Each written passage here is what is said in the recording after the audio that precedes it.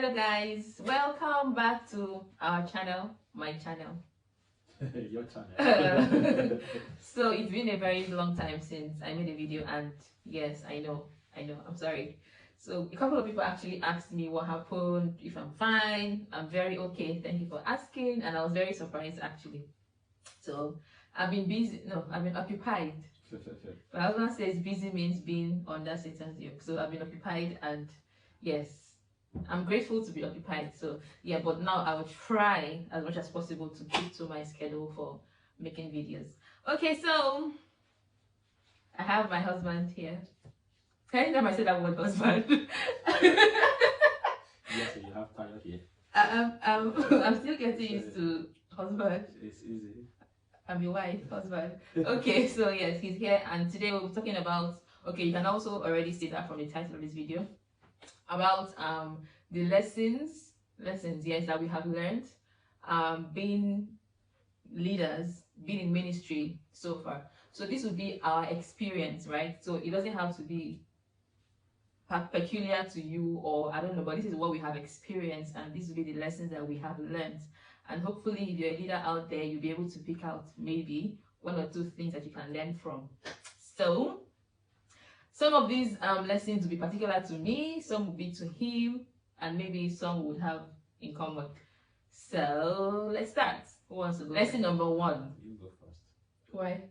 Because you have possibly more recent, lesser years in the ministry than me. Yes. Okay, so basically you've been in ministry for like 10 years, right? Yeah, possibly more. More? Yeah. It's like 10 years. It's more. Okay, 11 years. Yeah. Okay, let's say 11 years. And for me, it's about 4 years, because I've been married to him for 4 years. So yes, I became a pastor's wife 4 years ago. So for me, I should start first. Okay, so for me, one lesson I have learned, I don't know, is that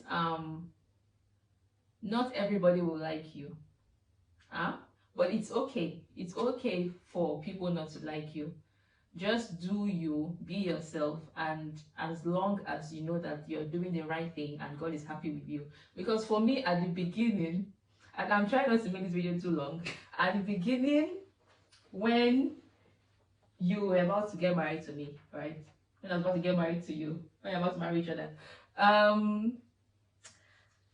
felt like the church members, some of them, not all of them, did not like me because I was not the chosen one or the preferred one.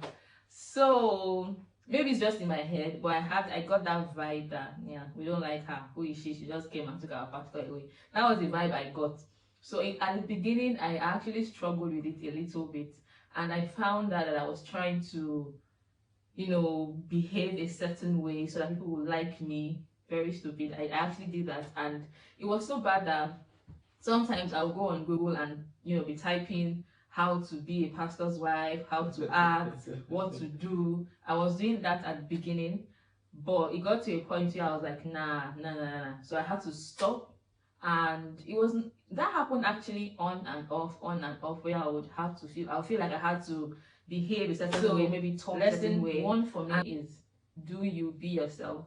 If God is happy with you, that's all that matters. For me, I would say that don't expect much from people. If I don't expect anything from people, that's I can tell you, like, what begets disappointment is expectation. Yeah. And when you expect so much from people and they are not able to deliver, then you feel very disappointed. So I got to a point in ministry where I'm someone who serves selflessly. Like selflessly, with my money, with my body, with anything, everything. Like I can go the extra miles for any member at any time. When I was even a student, my school fees, my feeding money, everything, I could go to extra miles for people. Now I still do the same thing now. But we discover that draw a balance. Yeah, you discover that the same people you go extra miles for, they necessarily do not like you. They are only saying sir and yes to you because of what they are able to get from you. Yeah. And on the inside, you would know at every little corner when they have the opportunity to spite you, they do. And so when it gets back to me, I feel broken, I feel angry. At times I'm preaching with so much pain, the same people I've sacrificed for, and I'm preaching with bitterness, and I go back on my knees and I'm still praying for them, and I'm so bitter. And I just got to the point that, you know what, you're serving God, you're serving people, expect nothing from anyone. So the first lesson I've learned in ministry is that you can't get anything from anyone you're leading. Yes, if God makes it so, fine, but have no expectations from them. Just serve God. Do what you have to do. And like she said also, you don't need to seek to please them. Those that won't like you will not like you. But eventually, they began to like me. Eventually. So eventually, just be you and do you. Because there was one person that sent me a message about pre-born again status, and now she's born again, but her friends don't seem to relate with her new born again status, and she feels a particular way. And for me, I just told her, just do you. Eventually they will come into the light and they will come on your side. And if they don't, it's their loss, honestly, as far as you know who you are and you're doing the right thing. And like you said, for the part, like for me now, when I meet new people or we have new members or anything at all, I do not have any expectation. In fact, at the back of my mind, I'm expecting them to hurt me. So eventually when they do, it's not as painful as it would have been if I just, oh, they are wonderful people, they are good people, let's embrace them, and then they do something and I'm like, ouch. And it's really, really painful because most times you go all out and we even pinch ourselves and we inconvenience ourselves, and eventually they really, really stab you. There was something that happened a while back, and when we heard what this lady did, it pained me, and I was like, it's not possible that she can say that about us. It's not possible, but she did, and it was really painful. So for us, we just expect the hurt so that when it comes, we are not too hurt. And the amazing thing is, she'll tell me that I don't know how to react. You might have even stabbed me so bad, and I was crying yesterday. But when I see you, I have no reaction towards you, like no reaction against you practically. It's just something I've prayed to God over the years. And I have a principle that is seek peace with all men as much as possible.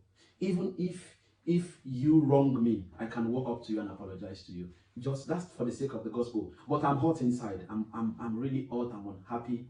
But it's controlled because of the position you are holding. And I'm still struggling with that one. Yes, and because of the position. Because people hold on to anything you say, your reactions, your speech, your everything. People hold on to you. Like you can't do anything right. Yes. If you smile too much, you are smiling too much. If you don't smile, she's not smiling today. If you can't do you can't be right. So just do you. So another thing that I think we have learned is boundaries. I like boundaries. I love boundaries. He does not have boundaries, or he did not used to have. For him, it's just. Now, I know somebody might come for me like you're supposed to be open to everybody. Yes, we are, but you have to have boundaries as a leader, honestly. If not, I love boundaries, and he's learning how to have boundaries. Because left to him, all the church members can come and be staying in our house. But over time, we have seen that does not work. It doesn't work. So even boundaries when it comes to giving, right? Maybe it's not boundaries, but we have learned that family comes first. Yes, I would practically, on that side, I would practically sacrifice maybe our well-being, my daughter's well-being, my family well-being. I will tell you, my immediate family, I'm sorry to say, they don't benefit from us as much as people we don't even know, like random people all over the places, and we try to come to their head. But we are trying to change that. Yes, and I go to a point and I'll be like, I think Paul is saying, if I've sown spiritual seed, why can't we reap the carnal reward from you? So these people were there for us when we were nothing, and they will always be there. And they would always be there. And that's the thing, and we have not been able to do as much as we should do for them. So we are trying to level up right now and find that balance. And find the balance, because the ministry has a way of just making you not, if you like for me, I'm a selfless person. It has a way of just making you think that, have this mentality. If Jesus were to be in my shoes, what would you do? That's my principle. Yes. If Jesus were to be in my shoes, at some point I think about 2 years ago, I had to take my daughter's school fees where she was going to school, and we have to sacrifice for someone. And the same person went back to hit us so hard, and I was telling her, it's the same person we decided not to make Michelle go to school for. Well, do you understand? We took Michelle's school fees, and we told Michelle had to stay home that month, and then we gave it to this person. Yeah. And So, what the person turned out, what the person did later on was and at terrible. times the thing about people is that they don't know how much they've hurt me or Yes. they've hurt us. Yeah. They really do not know. They don't know. Because we love them, we show them love, we keep showing. So I would say another lesson is that love yourself above anything. Yeah. Like just love yourself. Don't run the ministry because of the people. Run it because it's a calling. This is what God has called you to do. Now, if you see it as a call, then it just keeps you going. And I can tell you that a lot of ministers, if you don't like what I'm preaching, I'm sorry to say, we all have different callings, you understand? And that's why God has given different ministries, different call. It's easy. You can visit the next church around and get blessed. I used to be worried about numbers. I used to be worried about people leaving. I used to be worried about, let me preach the word so you don't hurt people. Like, no, I'm telling you. I used to worry about if you preach now, maybe this one is going to go, how many are we in the church? And that is not how I tell you, not how you preach. Someone will think you are preaching about them. Yes. But you talk about it. So for me, this is what we came to conclusion with. Don't tell us about your problem. No, they can't. They can't. But don't think that we are talking about you. Yes. Don't. In fact, for me, don't tell me. If you approach me and say, Pastor, don't worry about the problem. Let me agree with you. God knows the problem, and I so much believe God that God can handle your problem. So when I stand on the altar tomorrow, why I have not slept maybe for 1 week, I'm looking for what to preach on Sunday, waiting on God, and I'm preaching, and you think I'm preaching about you. So you see, it's a problem. When I got born again, when a word talks about what we are doing, we see it as revelation. That no, God has sent His word to us. But in today's generation, when you say what they have done, without you even knowing them, I think maybe somebody has come to report to you or said something to you, or possibly it's because they said something to you. So you see. So I've also learned that many people pick offense by the messages we preach. And so you always want to apologize and no. So if the people coming to church, they should understand the fact that this is the house of God and God can dish out His word in different manner to people. So you don't need to apologize to them. You are only answerable to one man that has sent you. That is Jesus. It is better to have 10 members who are soaked in the vision and are after righteousness and wants to go to heaven than have the multitudes. There's nothing you do to them. At the end of the day, they are going to... And that lesson I've learned, I just remember now, is that when it comes to relationships, people's relationships. Oh yeah. Oh my God. This one is a personal lesson for me. Like at the beginning, I wanted, when people come to ask for advice or whatever, I just tell, I pour out my everything and I'm advising and telling you, don't do this. Or even when they tell me, okay, this guy or this girl, blah, blah, blah. And because number one, I'm on the outside looking in, I can see clearly, right? And also there's the Holy Spirit. And sometimes I'm like, nah, I don't think so. Go and pray again. And you advise them with your whole heart and your body and your spirit. What happens usually, and this happens mainly with females, is that they will take everything you have said and go and tell the guy. And twist it. Then two of them will now be against you. So, and this has happened over and over again. So I have learned not to interfere with people's relationships. Now, when you come to me, there are two ways that I would handle it. First, it depends on how you bring it. So when you come and say, oh, I think maybe this guy or this girl, maybe you can join me in prayers, or what do you think? Now, that is somebody that actually wants your sincere opinion, right? And then, so in that case, I would say what I think and, like they said, join them to pray and continue from there. But then there's the other the other set of people that when they come is that I've prayed, I've heard God, this is the person, I'm convinced, that's the word, I'm convinced, I've heard God, I'm convinced, I may heard God, I've already heard God. And then when you come like that, what do you want me to say? Okay, you heard God. Congratulations. And once God has spoken, who am I? Like, how dare me? So when you say God has said, of course, that's it. The guy walked into my office, I think, 9 years ago. Yeah, I know the person. 8 years ago. The guy walked into my office and said to me, he said, I want to marry somebody. It was in second, maybe first year after, I think it was just in first year medical school. And walked into my office then and said, he brought the ring to my office and said he wants to marry this sister. And I looked at him from head to toe. I was angry, within me, because when his approach was talking, I can take care of her, pay her school fees, do different things, and started talking and showed me the ring. And I said, brother, are you born again? He could not answer me. I said, stand up, see the door, go and think about your life. And when you are done with your life, think of a woman. If you don't have a life now, how dare you want to take a woman? So the lady came to me and I told her, I said, you don't have somebody yet to almost. And I'm very blunt, you know. The one thing I've learned now is I'm trying to be diplomatic a little. No, normally before I will hit it, bam. And they feel bad, maybe I hate you or something. No, I don't hate you. I don't know how to mingle words when it comes to being sincere about the dealings with God and life. This is a life issue. And I told her, I said, I see something wrong in this thing and this is not correct, you know. And the lady was angry. They went back. The lady stopped coming to church. She was, when she sees me coming, sees my car, on occasions, I will see her. She has gone the other direction. So eventually they started living together and anytime. So I met her one day with eyes swollen. And apparently the guy has been learning boxing with her on her face countless number of times learning. But now she could not come back to say. So she has to deal with it because she's already in that abusive relationship and she cannot dare leave the relationship because they've gone too far. So in that, you see, I discovered that they hated me. They said things about me. I just hated them. I don't like when boys and girls come together married. So there is no way I wouldn't like when people come together they want to marry. But you cannot force me to see what you are saying. I have a eye of my own. I have a mind of my own. And that's one thing you need to learn. And I also want to say when it comes to this relationship, they will want to manipulate you. They will manipulate you. They are looking for somebody to try to manipulate. They are looking for somebody to agree with what they are doing. So when the problem comes, the danger, they will say, but this pastor has been. So they will hang their sin on you. Most people are very manipulative. So, very manipulative when it comes to relationships. And because I was young, or much younger, people didn't so much trust the wisdom of God. You know, I know what's young. I'm still young, but of course, I'm more than 10 years older in ministry, like when I started the ministry.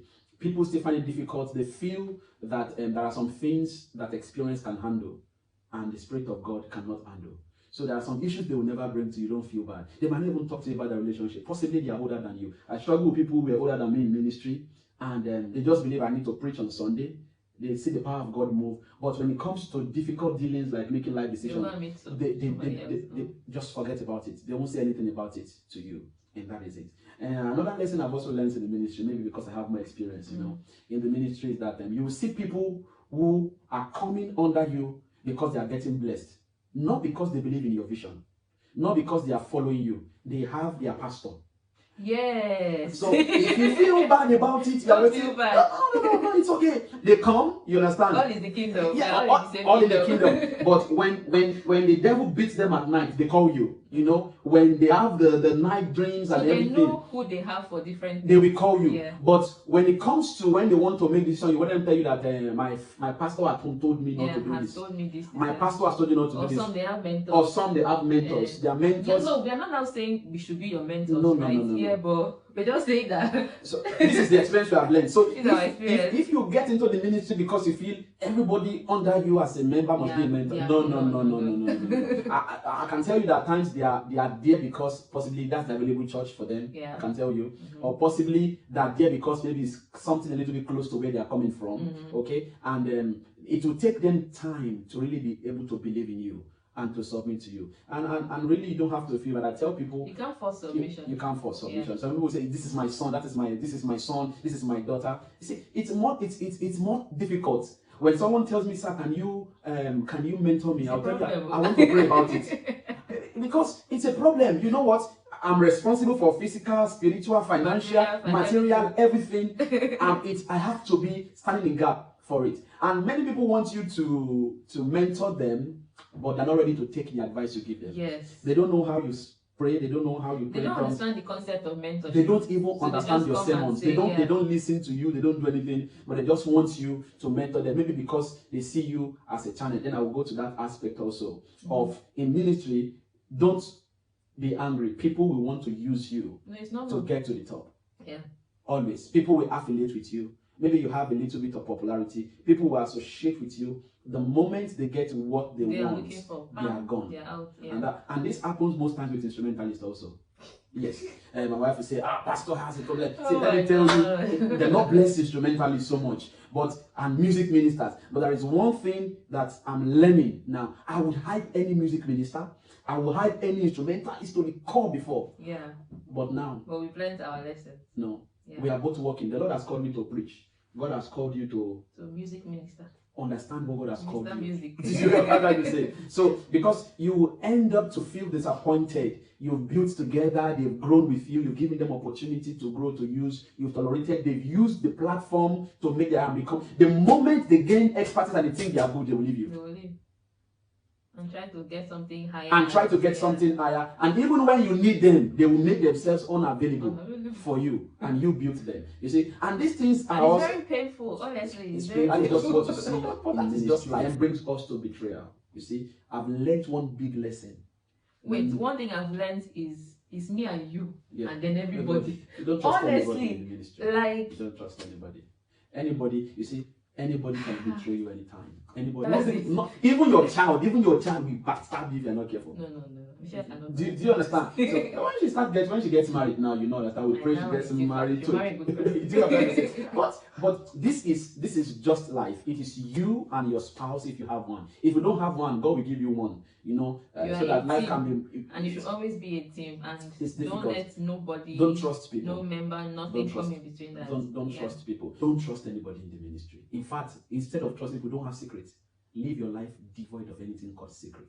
Now, I've seen people who come to church, pastor, you are looking good. And these people sit to say dangerous things about you. But when they appear before you, hypocrites. And that brings that brings me to three kinds of people in the church and in ministry, to be sincere. Yeah. We have the goats, we have the wolves, and you have the sheep. You will have them in your ministry. Yeah. They will build you. Like when I first began, I did not have thick skin. Like I really do not. I've gotten to the point where I really don't care about anything anybody says about me. About, as far as we are on the same page, we are doing exactly what God has called us to do, and that's all that matters, honestly. And whatever the case may be, everything that people have done to us, whether purposely, mistakenly, to hurt or to spite, whatever the reason may be, it has only built us and made us better. And of course, these things will keep happening, but we can only learn from it and grow and get better. I think that's also any other lesson. For me, also, nobody can believe in your vision than like yourself. Yes. People will not. This even applies to everybody, actually. Yeah, so people will first not believe in what they will not understand it. Like I remember sometimes I would tell them we have to buy instruments in the church. They'll be like, how is it possible we don't have the money? I have one lesson I've learned. So this one I've learned it from him, actually. I have learned faith. Like me, normally I am a logical person. Like 1 + 1 is 2. Like hello, nothing more, nothing less. That's how I am normally. So when I met him, he would just be making some kind of decisions, and I'm like, what's wrong with this man? Like hello, it's not going to work like that. And then he would just say, okay, we're going to buy instruments, or we're going to buy these, maybe 10,000 engravings. Then, and I'm like, but somehow, one way or the other, the money will come out. I don't know, and I've seen that happen over and over again. And honestly, a venue, you just tell the owner of the venue that, okay, you know what, I'm coming back tomorrow. There is no money anywhere. Like at that point, there is no money for that venue, and we go home. One way or the other, that money will come out. I cannot explain it. Like sometimes it's like like I cannot explain it. So even now, when sometimes the money is not so there, I'm really unbothered. Like I do not care. Even sometimes he's not the one afraid about maybe money or something. Me, I'm just chilling because I know that one way or the other, God shows up. Like it's crazy. Like the amount of things that we have done, you would think, oh, these people are saving money somewhere, money is coming in. See, we have heavenly accounts, and I've learned that in ministry, and he has taught me that like our account is not this earth account. So yeah, that is it. Ministry is strictly faith. It's faith. Nobody has all the financial capability or the manpower, even the resources, whether physical or manpower, before you go into ministry. God said to me, he said, before the vision gets clearer, I will make the provision available. And I've seen God's hands. You see, the Lord said to me, he said, the day you cease to have a project, there will not be supply. But as long as there is a project, a vision, there will be a pro for the vision. There will be a provision. Yeah. So I've seen that happen over so many times. So important is you have to learn to be reserved. Yeah. You have to learn to absolutely be reserved, because the people will come to you and say something to you about what someone else has done. They wouldn't say their own part. No. And when you comment on what they have said, they are going to go back and comment verbatim and add to it. At the end of the day, they will be conniving against you. You become the bad person. I have to learn. So I have a philosophy. If you are coming to talk to about somebody to me, I will ask you, what you're saying now, would you permit me to say exactly to the same person? If you cannot say it to me, there is no need for you to come. So it won't be like, oh, yes, I am. You're gossiping about someone. It will be termed or tagged as something else. So you see, when you go to minister and you talk to them and they don't say anything, it's because they've learned that. So I also say that growth in ministry also takes time. It doesn't necessarily mean you are doing something wrong or bad. Now, the Bible said he gave one talent, he gave one 5 talents, and he gave one 2 talents. Can you see? According to their various abilities. So God knows our ability. I was making an analogy some time ago that the Lord gave for example, God gave somebody 15 members. That is the capacity. God looks at from heaven that this person, we're calling him into a capacity of 50 people. And the person is actually pastoring 50 people. That is 100%, right? Now, God is calling somebody into 10,000 capacity and the person has 30,000. And he's happy. And he's happy. That is 3,000. That is just 30% of what God has called you to do. In God's own dictionary, or when God is recording success, God is looking at efficiency. 50 people, that's what God is calling you to manage. So there is no need for comparison in this ministry. It's not a game of race. And there are phases. And there are phases in ministry. God will take you past the times where people will disappoint you, the times where people will betray you, the times people will not follow you. The people you are angry that your members are not calling you Papa and Mama today.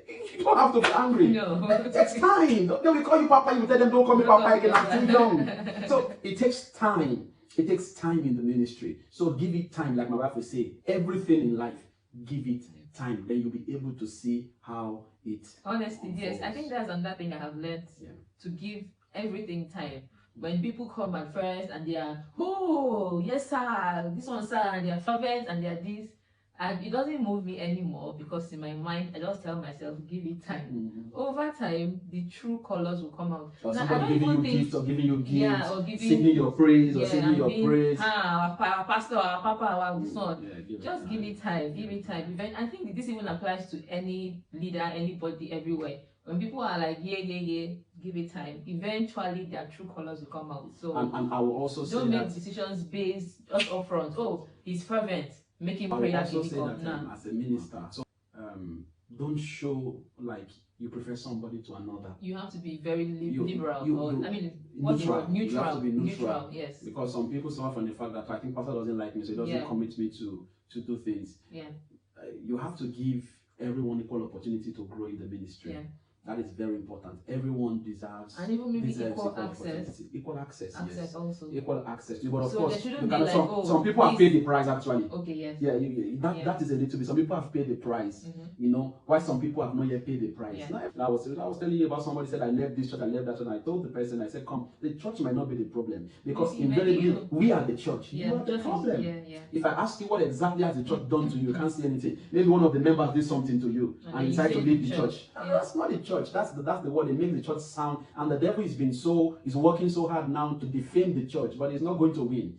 So we are the church ourselves. So as ministers, give everything time. You don't have to run after popularity. You don't have to run after fame. You don't have to run after money or anything. Just give it time. If God has called you to be a mega minister, so to say in quotes, people will hear your voice in due season. Eventually. I used to share one analogy with someone. I said to my wife this week, I said, remember when our own father built the house? I said that estate was good, the house was the best. I remember she was telling me.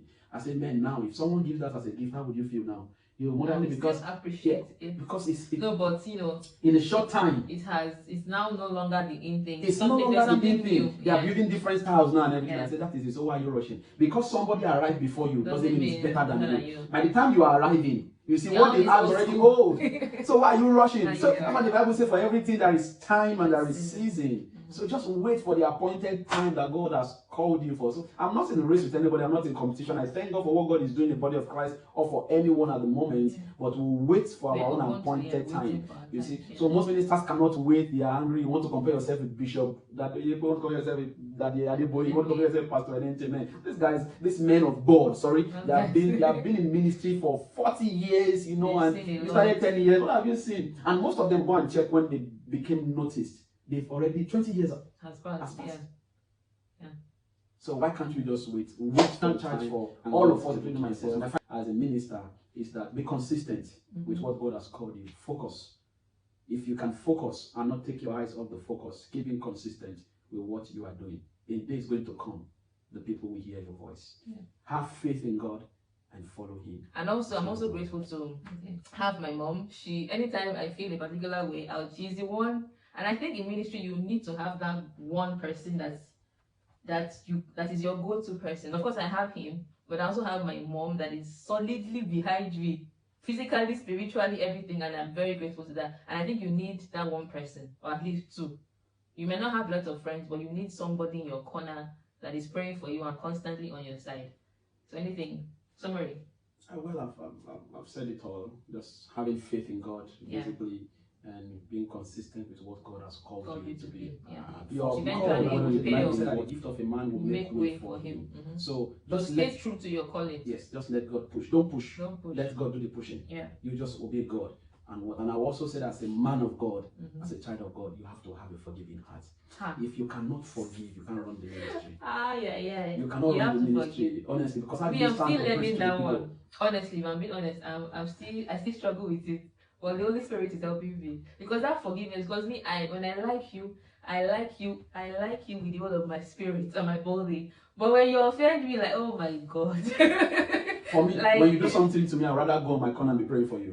Say, Father, bless this person. Lord, help this person. In fact, if you offend me more, in fact, you hear my prayer more. Yeah. Because I don't want you to be a barrier to my life. Like sometimes I even wonder how somebody has really hurt him, and then we'll be having our own personal prayer. This my husband will now put these people that have hurt us inside the prayer. And I'll be like, what kind of thing is this? Like what's all this? Because at first, when we are praying personal, serious issues, he will now say, we commit killing of iniquity into your hands. I'll not say it. I'll keep quiet. But later on, I'm like, you know what? I have to start praying that God, please help me. Help me. Michelle, how are you? She just woke up. So yeah. So yeah. You have to forgive, and I'm learning that lesson. And God is that forgiveness. No, you can't. It doesn't work. Keep forgiving, and you need to keep loving the people like Jesus did. Yeah. Hallelujah. The Lord bless you. If you have your questions regarding ministry, well, I'm not expert in ministry, but I'll be willing to share my experiences with you. They are not limited to this. There are many things we can't talk on air, many times, but this is just.